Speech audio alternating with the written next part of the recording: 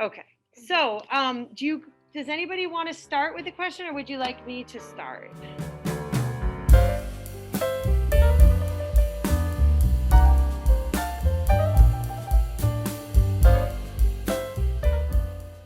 Out of all of your life experiences, what do you think had the biggest impact on your life and why? Well, I have to preface by saying that I'm 91 years old.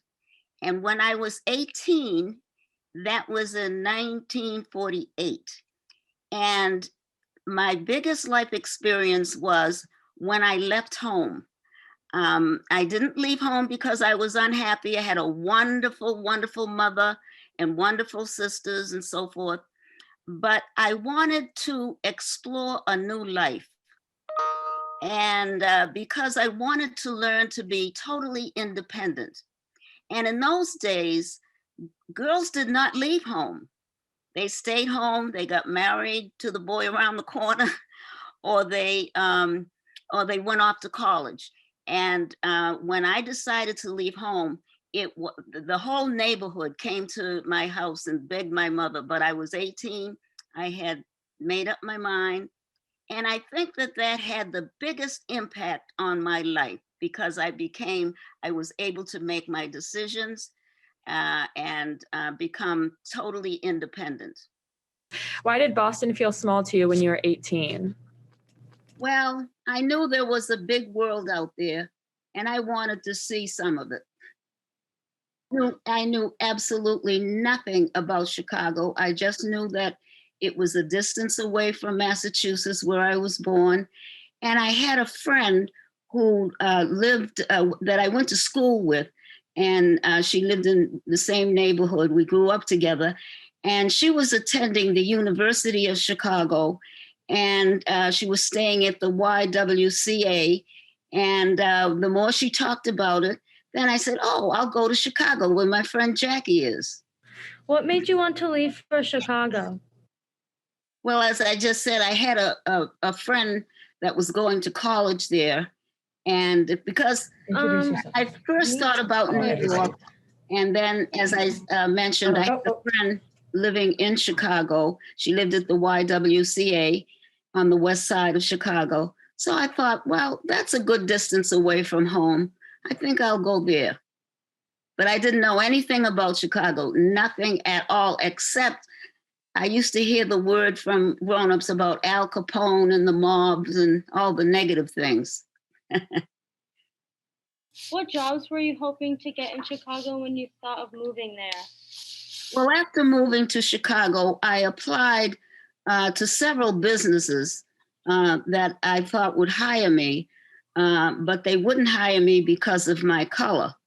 So subsequently, I took a secretarial civil service examination, and I was offered 6 government secretarial positions. And I decided to apply to the Social Security Administration because it was only a 20-minute streetcar ride from the YWCA.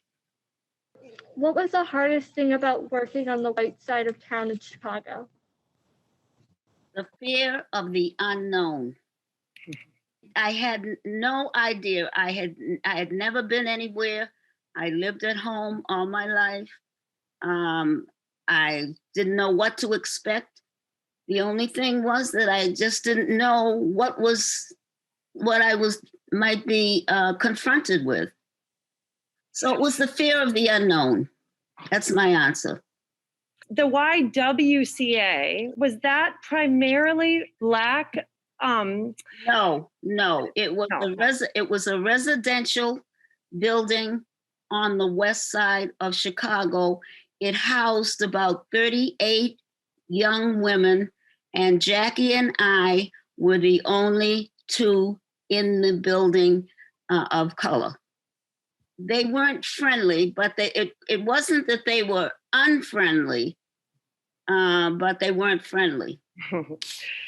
What types of hobbies did you have in Chicago? I really didn't have any hobbies. 3 nights a week, I attended Northwestern University, And on Saturdays, I worked as a secretary. But during that time, I met someone who introduced me to Gwendolyn Brooks, who was the first African-American woman to win the Pulitzer Prize for writing. I was also invited to Lorraine Hansberry's apartment where they were celebrating her novel, Raisin in the Sun.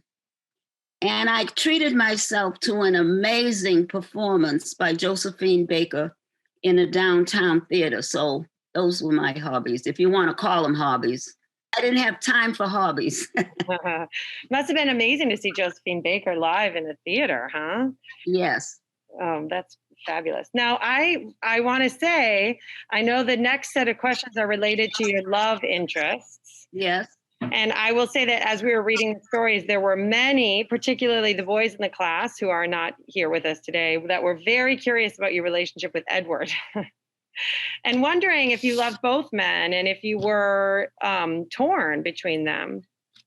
Well, actually, I met Edward on the train when I left home. And we talked all the way to Chicago. He seemed like a very fine gentleman.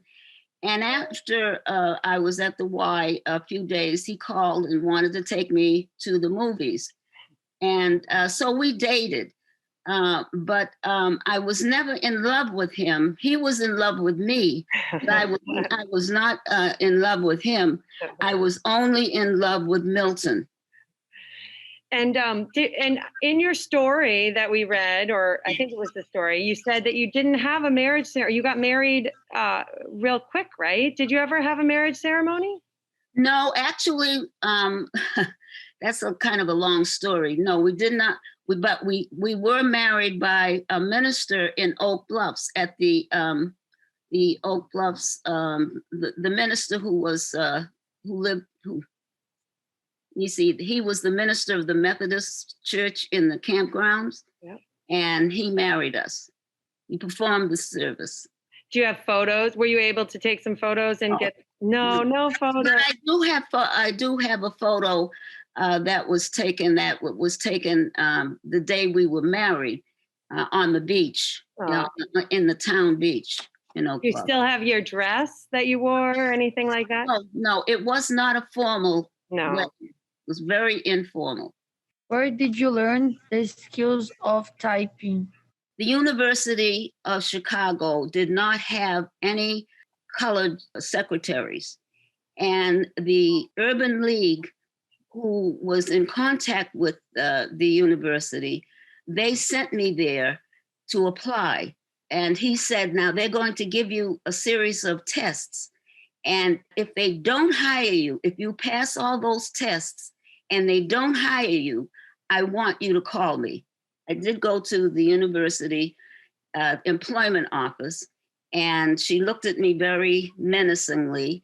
And I told her that I wanted to apply for a job as a secretary. She went into the back room, and I could hear her ask her supervisor, there's a colored girl out there that's applying for a job. And she said, well, give her a test.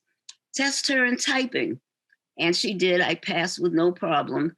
She went back again. She told her that I had passed. She says, well, test her at a higher words per minute. She started at 60. Then they tested me at 70. I passed that. Then they wanted to test me in taking dictation. And as I said, I used the stenotype machine. You've seen those machines in courthouses. And she started me at 100 words a minute. And she kept going up and going up. And they had to hire me if I could do 150 words a minute. They did not know that I could do 250 words a minute. And then they tested me in business English, gave me a little test. So I did not flunk any of the tests. And so they had to hire me. Then they sent me to an office, the office of Milton Friedman. You may not, in your history, you'll find that he was the country's greatest economist. And they sent me to his office, and I worked there. The people weren't friendly, but they weren't unfriendly. I was just sort of ignored and given the hardest work to do. Do you think, just as a follow-up, do you think if you were a white woman that they wouldn't have continued testing you, that you would have just been done with the first test? Oh, absolutely, because they had white secretaries. Yeah, yeah. They did not have any Black ones. What did she do for the Social Security Department? That's a long story, but they hired me over the phone after I called them, after I got the Western Union from the government that I had passed the civil service exam. So they called me and they hired me over the phone. So I gave my notice at the university and went to the Social Security office. They were shocked to see that I was not white. But I was already hired. I had them send me a confirmation. And the work that I did there was secretarial work and government and typing of government documents. And of course, taking dictation. Did you have access to classified documents? Yes. Oh, wow. Interesting. How did you know to get confirmation? Like, did you know that, like, I need to get this confirmation in writing because if I show up as a Black woman, they may say this was wrong. Is that what you were thinking? Well, I very courteously asked them if they would send me a notice of confirmation, and the gentleman didn't hesitate. He says, "Oh yes, we would do that anyway." Did you feel less discriminated against when you started working for the U.S. government?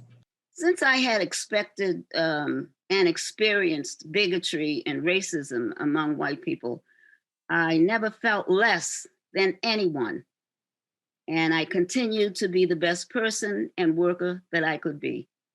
Would you say that your mother presented herself so well and kept herself so together all the time to avoid any more unnecessary discrimination?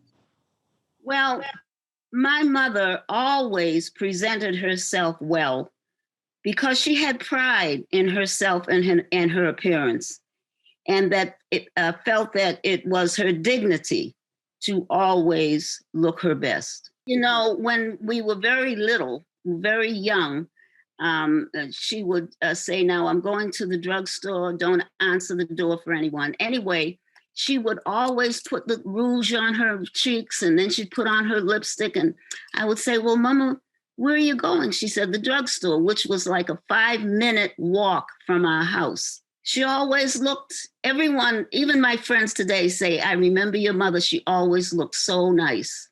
You mentioned on several occasions how your mother was so hardworking. Do you think she did this to prove that she was the same as everyone else? My mother worked hard because she expected it of herself. So you think it was an innate, it was in her. It wasn't about the exterior. It wasn't about people outside her. She just really was a hard worker inherently. Yes, that's the way she was raised. That was her life. She worked hard all her life. And she always had hard jobs. She worked for in Sonny's Laundry for 30 years, and she never in 30 years took a day off. And she worked 6.5 days, those 30 years, and she died while she was employed there, Did she have a job as a child? Do you know how young? Well, if you read my memoir, you'll understand that she was born in Virginia in 1908. So there was a lot of bigotry and hatred and racism during that, because you must realize that, in 1908 and then subsequent years, the country was just rife with racism. So they lived in a separate section of a little town outside of Charlottesville. And they didn't have any running water, no electricity, but that was way back in the 20s and 30s.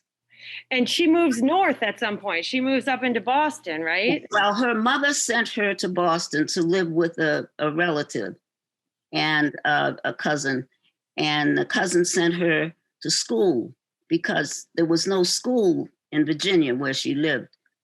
And she went to school there and up until the second year of high school. And do you think that, and you were raised in the North, do you think that her moving to the North benefited you? I mean, was that it? Do you? Oh, yes, absolutely, because of the rampant Southern segregation and racism in the South. Although we experienced bigotry in the North. What was the bigotry in the North? What did that feel like? How was that different? There was bigotry all over the country. There was bigotry on Martha's Vineyard. There's bigotry today. Yeah. Do you believe that there is a lot of racism on Martha's Vineyard specifically? You know, I don't think there's a lot of racism on the Vineyard. There is some, but I don't, in my experience, there's not a lot. There is some. When I first arrived on the Vineyard, Circuit Avenue was a dirt road. Can you believe that was before you were born? And at the beginning of the summer in those early years, I frequently heard white people saying, "Here comes the N-word." In those early years, Blacks couldn't purchase a home in Vineyard Haven or Edgartown, only in Oak Bluffs, where there were Black domestics lived who worked summers in Edgartown in the homes. Now, I was married in Oak Bluffs in 1951. Now, that's long before you were born. And on our first anniversary celebration, I called to make a reservation at a hotel in Edgartown so my husband and I could celebrate our first anniversary. And when we, and I made the reservation by phone. And when we arrived, I could tell by the look that they didn't expect that we were Black.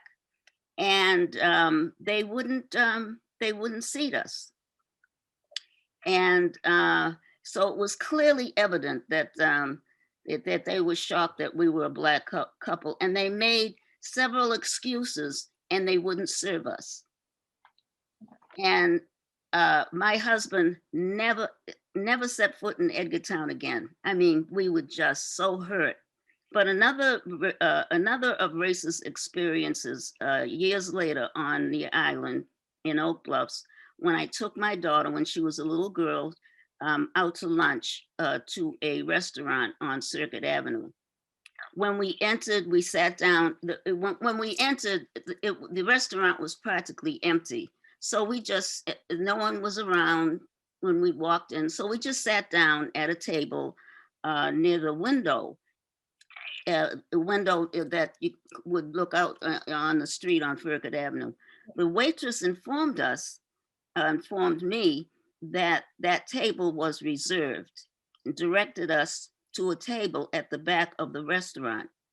Now, years later, that same waitress recognized me and she reminded me of that incident. She told me that the owner told her not to see any colored people at the window because if so, she said white people would not come in. And also not long ago, my grandson, and this is not, and he would probably be around your age, he experienced racism when seeking employment in Oak Bluffs, in Vineyard Haven, in Edgartown. And the reason why I want to mention that, he lived in Georgia and they got out of school in May, and every single business had help wanted signs in the window. And he went in and he came home and told me that he went to every single store and nobody would hire him. And he went to Vineyard Haven. They all had help wanted signs. No one would hire him. They wouldn't even ask any questions. The only thing they would say, oh, we have enough people or we're not hiring. See, he decided to go to Menemsha because he had been to every town, close by. And he went there and he was hired. Now, we lived in Oak Bluffs and it was a long way to, at the time he was only 14, 15 years old. But anyway, he figured out how to get there, and he met the owner of the Menemsha Fish Market, Stanley Lawson. And make a long story short, I don't want to make this, but it was very important to me. Stanley invited him and asked him, his name, and he said, "Where do you live?" And he said, "Well, I'm here for the summer with my grandmother, and I want a job." And he said, "Well, what can you do?" He said, "Well, I'll do anything you ask me to do." Now, Stanley came to my house and told me this. And he said, "Well, have you ever worked before?" And he says, "Oh, I've done a lot of work with my dad," like mowing the lawn and that kind of thing. And he said, "Well, how old are you?" And he was 14, but he says, "I'm going to be 15. And now Stanley told me this story. And he said, "Well, why don't you come back in a few days and I'll see what we can do." But when my grandson came home, his name is Nolan. When he came home, he said that for me to come back in a couple of days. He says, "But Nana, I'm going to go back tomorrow." And he went back and stood in front of the fish market. And when Stanley drove up, the fish market wasn't even open. And Stanley told me that he invited him in and hired him. And he worked for Stanley from the time he was 15 until he was 20. And when he was 20, he was running the place. And Stanley told me that. That's not coming from me.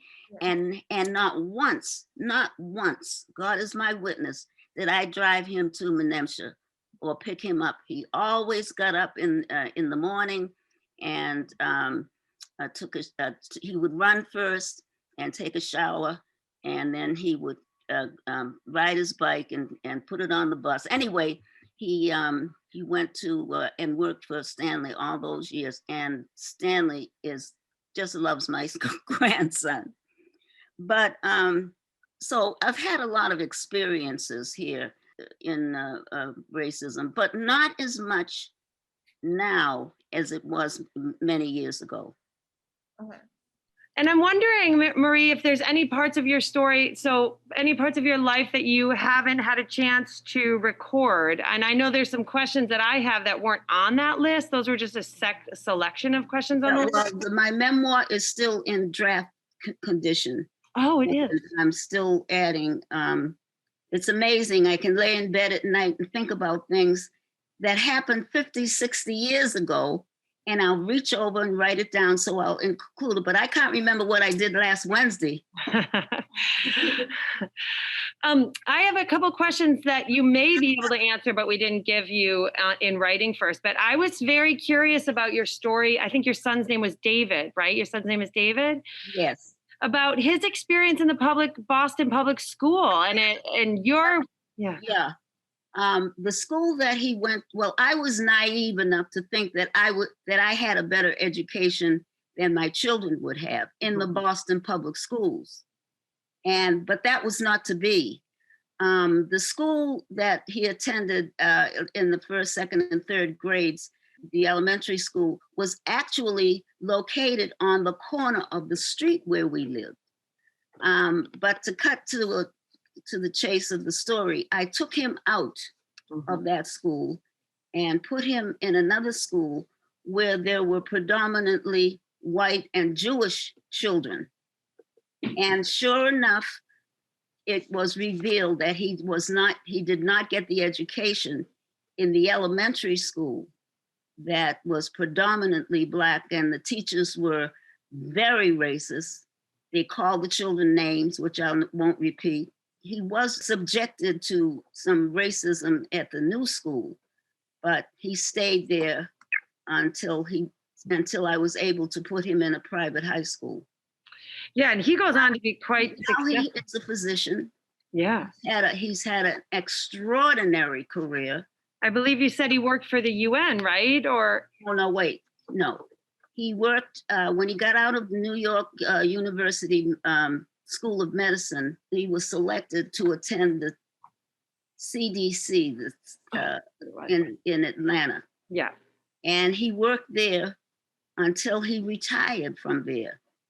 And when he told me, he says, you know, I'm retiring from CDC. And I said, retire? I just retired. How can you retire? He was still very young. And there was an opening for a position with the Bill and Melinda Gates Foundation. And he ultimately was on the short list. And he was interviewed by Bill and was hired and is still working for them. Wow, that's amazing. What are the most unforgettable things you have experienced as a Black woman? You know, the most unforgettable things, and you know, and I'm, you know, I'm a senior now. I'm not, you know, I'm over 90 years old. But what the things that I just can't forget is being denied employment when I was fully qualified for positions that were advertised, and I know that they wouldn't hire me because of my color. And I'll never forget those experiences. And it happened a lot, especially in Boston. And do you remember exactly what job that was? Oh, well, I was, you know, secretarial positions. I had excellent typing skills, excellent business English skills. And I took dictation. I graduated from a school, it was called the Stenotype Institute of Boston in downtown on Boylston Street in Boston. And the stenotype is a machine that you take, you'll see them in courthouses where they take dictation on a machine. And I had excellent skills. And I would apply for those type of jobs and weren't hired.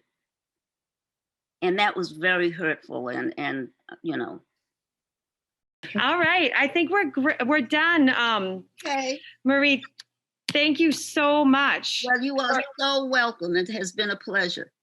Thank you. So nice meeting all those. Nice to meet you, Marie. Nice meeting all those lovely young ladies. Bye. All right. Bye-bye. Bye, everybody.